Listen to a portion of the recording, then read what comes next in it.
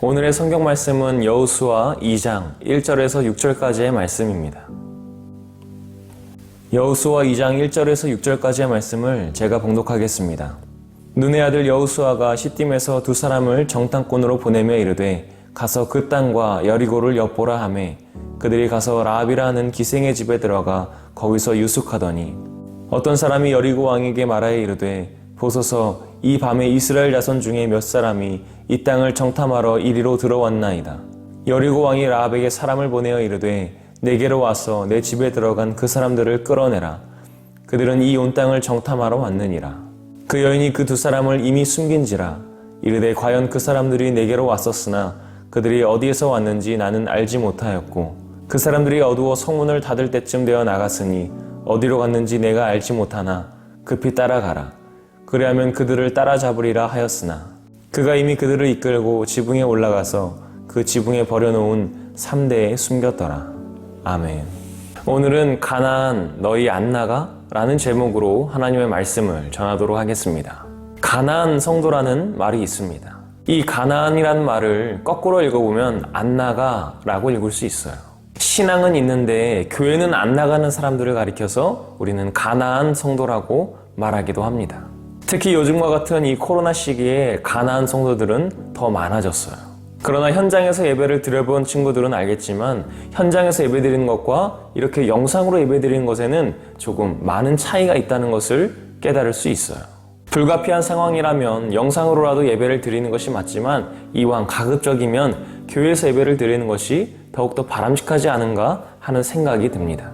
이제 곧 있으면 여름 캠프가 있는데 우리 친구들이 더 많이 교회에 나와서 함께 예배드리고 또 말씀을 준비하고 캠프를 같이 준비하면 좋을 것 같아요. 오늘 우리가 읽고 있는 성경의 역사를 보면, 아니 인류 전체의 역사를 보면 여성의 인권이 무시된 적이 너무나 많이 있어요. 그런데 그런 와중에도 예수님의 족보에 이름을 올린 5명의 여인들이 있습니다. 시아버지와 동침했던 다말, 이방 여인이었음에도 불구하고 시어머니의 신앙을 따랐던 룻, 다윗으로부터 강제로 부부의 연이 끊어졌던 밧세바, 예수님의 어머니 마리아, 그리고 나머지 한 명이 오늘 우리가 함께 나눌 기생 라합입니다. 예수님의 족보에 이름을 올린 여인들은 그 전적이 너무나 화려합니다. 물론 좋지 않은 쪽으로요. 시아버지를 속여서 동침했던 여인, 우상을 숭배했던 나라의 여인, 기생이었던 여인, 미모 때문에 왕으로부터 강제로 추행을 당했던 여인, 이런 여인들은 너무나 아픈 경험을 가지고 있어요. 그럼에도 하나님께서는 그 여인들을 위로하셨고 또 그 여인들을 통해서 역사하셨습니다. 그 중에서도 오늘은 이스라엘 민족이 40년 광야 생활을 끝내는 그 순간 여리고성을 점령하는 데 있어서 가장 중요한 역할을 했던 기생 라합에 대한 이야기를 함께 나눠보려고 합니다. 우리는 지난주에 가나안 땅을 정탐했던 12명의 정탐꾼들이 긍정적인 보고와 부정적인 보고를 함에 따라 가나안 땅에 들어갈 수 있는 자와 들어가지 못하는 자로 구분되었던 사건을 함께 나눴어요. 그리고 그 길로 이스라엘 백성들은 40년 동안이나 광야를 떠돌면서 살게 돼요. 그리고 모세와 아론은 가나안 땅을 눈앞에 두고 죽게 됩니다. 오늘 우리는 모세의 죽음 이후에 모세의 자리를 잇는 여호수아의 시대가 시작되는 시점을 앞에 보고 있어요. 여호수아는 하나님께서 이스라엘 백성들에게 약속하셨던 그 가나안 정복을 눈앞에 두고 있어요. 그리고 여리고성을 점령하는 것을 그 시작으로 하고 있습니다. 여호수아는 여리고성을 정탐할 2명을 선별했어요. 아니 그런데 지난주에 분명히 가나안 땅을 정탐하는 것만으로도 하나님을 불신하는 증거라고 했는데 왜 또 여호수아는 그 땅을 정탐하려고 했던 걸까요? 그런데 그 정탐꾼을 뽑는 방식에 있어서 모세와 여호수아는 조금 차이를 보이고 있습니다. 일단 모세는 12명의 정탐꾼들을 뽑았지만 여호수아는 단 2명만을 뽑았어요. 그 2명은 충성되고 정직한 사람들이었을 거예요. 마치 40년 전에 긍정적인 보고를 했던 자신과 갈렙처럼 그 2명이면 정탐하기에 충분하다고 생각했을 거예요. 그리고 여호수아는 누구보다도 그 정탐꾼이 처하는 위협에 대해서 잘 알고 있었을 거예요. 그래서 그 2명의 정탐꾼들을 은밀하게 보냈습니다. 혹시 40년 전처럼 누군가가 좋지 못한 보고를 함으로 인해서 백성들이 좌절할까봐 이 임무는 백성들 모르게 진행됐어요. 그렇게 보냈던 2명의 정탐꾼들은 믿음을 가지고 신중하게 그들이 머무를 곳을 정했어요. 그곳이 바로 기생 라합의 집이에요. 거기서 며칠을 유숙하면서 정탐하는 와중에 이스라엘 사람들이 여리고성에 들어왔다는 소식이 여리고 왕에게까지 흘러가게 됩니다. 그리고 그들이 라합의 집에 있는 것도 알게 돼서 라합의 집에 사람을 보내고 그들을 끌어내라고 말해요. 그러나 라합은 이미 그 두 명을 숨겼고 사람들이 그들의 거처를 물을 때에 거짓말을 하면서 그 사람들을 멀리 보냈어요. 그리고 그 두 명의 정탐꾼들에게는 나중에 이스라엘이 여리고성을 점령할 때에 자신과 또 자신의 가족들을 지켜달라는 약속을 받아냈어요. 그 두 명은 라합과 약속을 한 뒤에 여호수아에게 돌아가서 그곳에서 있었던 모든 일들을 보고하고 여호수아는 여리고성을 점령할 준비를 하게 됩니다. 그런데 라합은 여리고 사람이었음에도 불구하고 왜 적국의 사람들이었던 그 이스라엘 사람들을 숨겨주었을까요? 그리고 정탐꾼들은 왜 다른 장소들도 많은데 굳이 기생의 집에 유숙하게 된 걸까요? 라합과 그 두 명의 정탐꾼들의 공통점은 하나님을 신뢰하고 있었다는 거예요. 그것을 어떻게 알 수 있을까요? 오늘의 이야기를 통해 한 가지의 중심 주제를 붙잡고 나눠보도록 하겠습니다. 이 이야기의 핵심은 하나님을 신뢰하면, 하나님을 따르면 그 행동이 바뀌게 되고 또 그 바뀐 행동은 결국 구원으로 연결된다는 거예요. 우선 이 두 명의 정탐꾼들에 대해서 이야기를 하자면 이들이 40년 전에 가데스 바네아에서 10명의 정탐꾼들이 부정적인 모호를 하고 그리고 이스라엘 백성들이 반역을 일으키려고 했던 그 사건을 직접 겪었는지 혹은 그렇지 않았는지는 알 수 없지만 그 사건에 대해서는 너무나 잘 알고 있었을 거예요. 그래서 여호수아가 단 2명만을 뽑아서 정탐을 보냈던 이유에 대해서 납득할 수 있었어요.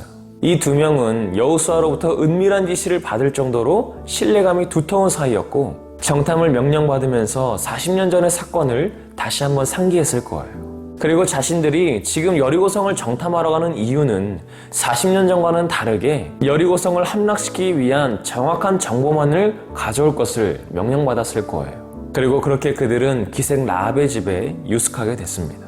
그런데 여기서 한 가지 의문이 생기죠. 그들은 왜 많고 많은 장소들 중에서 음란하고 타락함이 가득한 기생의 집에 유하게 되었을까요? 당시 기생집에는 다양한 사람들이 와서 다양한 대화가 오고 가는 그런 곳이었어요. 가나안 주민의 민심 그리고 군사적, 정치적 동태를 파악하기 좋은 곳이었다는 거예요. 또한 라합의 집은 성벽 위에 위치하고 있어서 그 여리고성을 조망하기도 좋고 또 급할 때에는 도망치기에도 좋은 장소였던 거예요. 그렇게 그들은 유흥을 즐기기 위해서 기생의 집에 유숙했던 것이 아니었음을 우리는 알 수 있어요.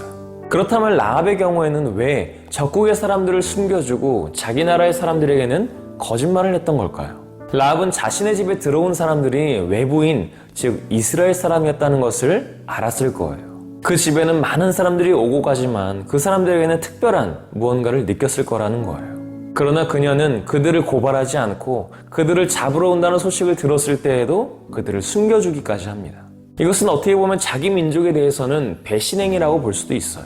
그러나 오늘 읽지는 않았지만 본문의 9절에서 13절을 보면 라합이 하나님의 살아계심과 역사하심에 대해서 알고 있었던 것을 우리는 볼 수 있어요. 아까 전에도 말했듯이 기생의 집에는 많은 사람들이 오고 가면서 다양한 대화를 한다고 했어요.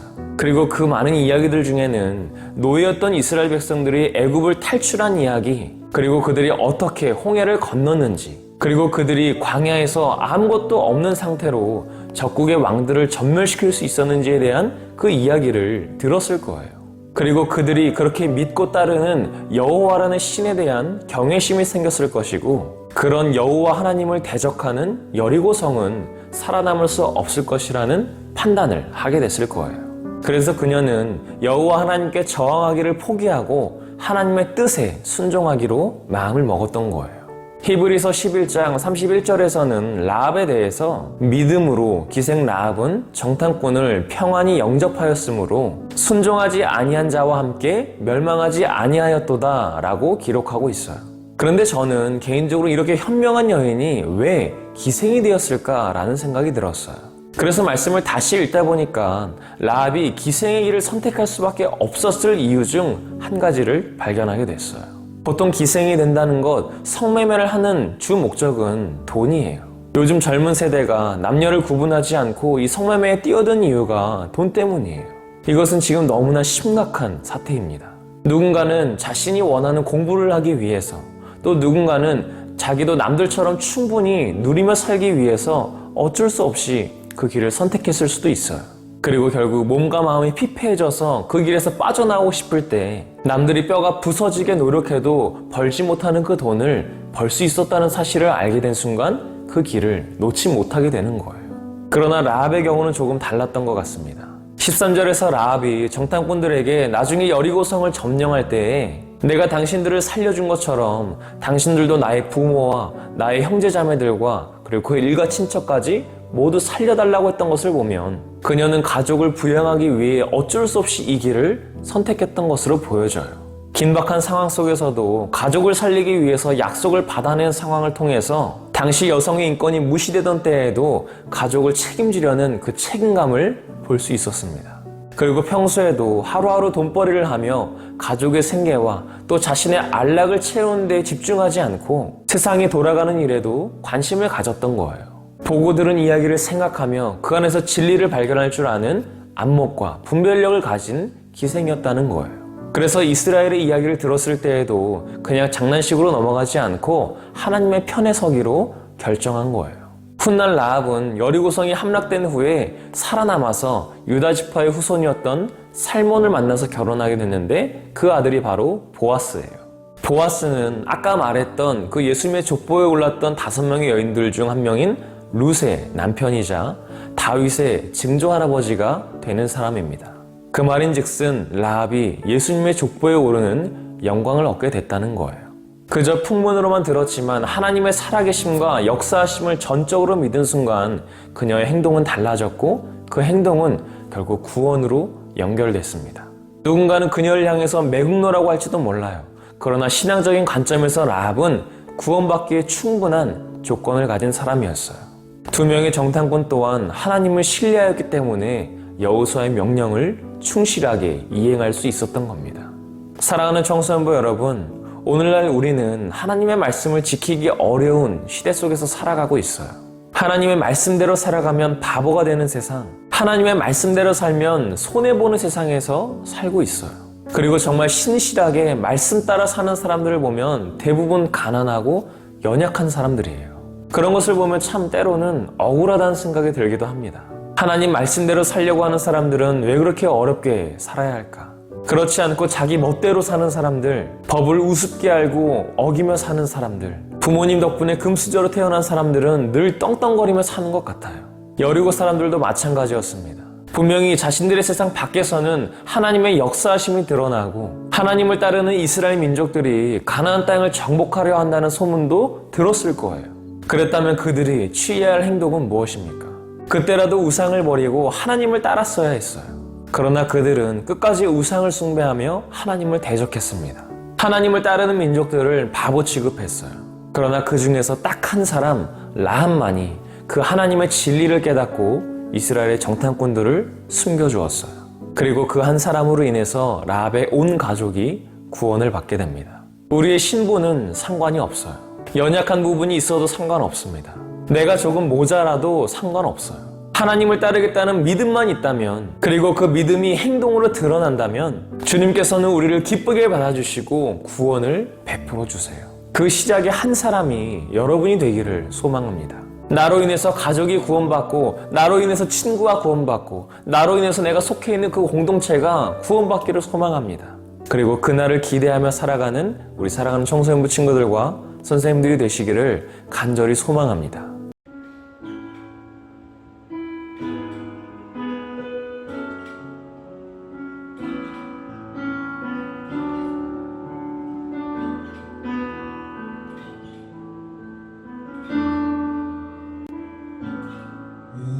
의지했던 모든 것 변해가고 억울한 마음은 커져가니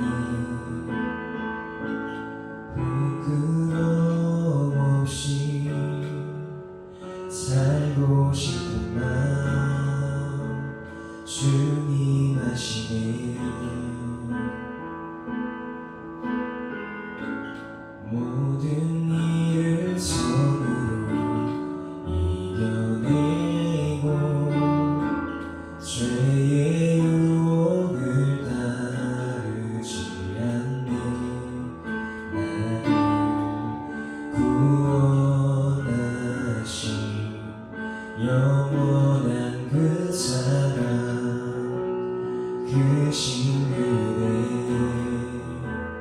날 붙드시네.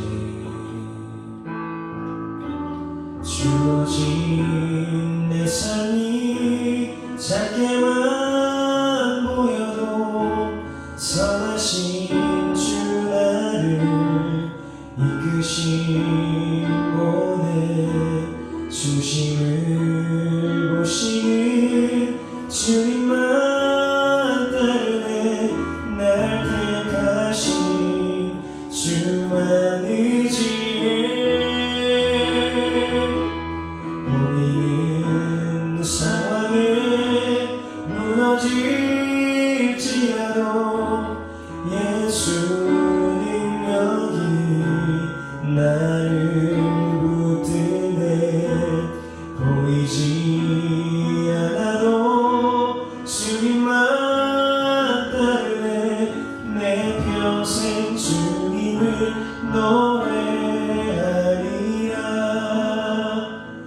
내 평생 주님을 노래하리라. 내 평생 주님을 노래하리라.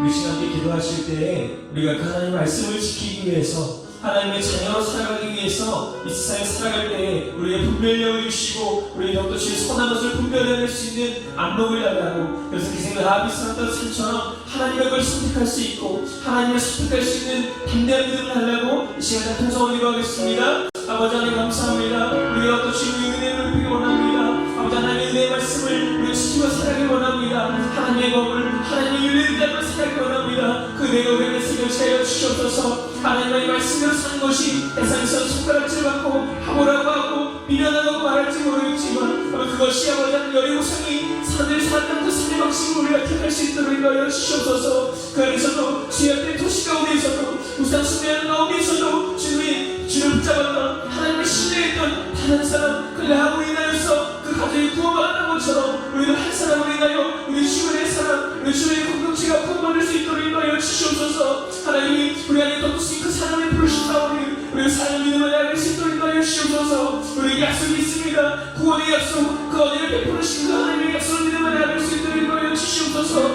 우리 신분에 상관없이 우리 연약한 부분에 상관이 없이 내가 어떤 것이 부족한 것에 상관없이 주님의 뜻을 따르고 생각을 원합니다. 하나님 딸에 대한 믿음으로 인하여서 우리 믿음이 행동을 해낼 수 있도록 인도해 주시옵시고 그 행동이 우리가 구원을 연결할 수 있는 귀한 믿음을 낼 수 있도록 인도해 주시옵소서. 하나님을 신뢰한다는 믿음 하나님을 신뢰한다는 그 마음을 우리는 생겨지게 주시옵소서. 그 마음을 두고 살아갈 때 세상을 살아갈 때 세상을 던져질 때 우리가 담대한 믿음을 가지고 살아갈 수 있도록 인도해 주시옵소서. 오직 하나님과 붙잡는 믿음 하나님과 사랑하는 믿음을 가지고 살아가게 하여 주시옵소서. 그 믿음이 내 안에 생겨질 때 예수 그리스도의 보혈이니까 내 안에 생겨질 때 다시 한번 내가 주님의 자녀로 살아가는 그 기쁨을 누리며 살아갈 수 있도록 인도하여 주시옵소서. 우리 세상의 어떤 갈라질지라도 우리 주님을 의지할 수 있도록 인도하여 주시옵소서. 세상에 가는 것보다 나의 중심을 보시는 하나님께서 우리를 붙잡아 주시고 우리를 이끌어 주시는 하나님께서 나를 선택하신 그 내 믿음을 하길 원합니다. 내가 너 주님을 선택하길 원합니다. 세상에 그런 것들이 많이 있지만 그 가운데서 우리 주님만을 선택하게 하여 주시옵소서.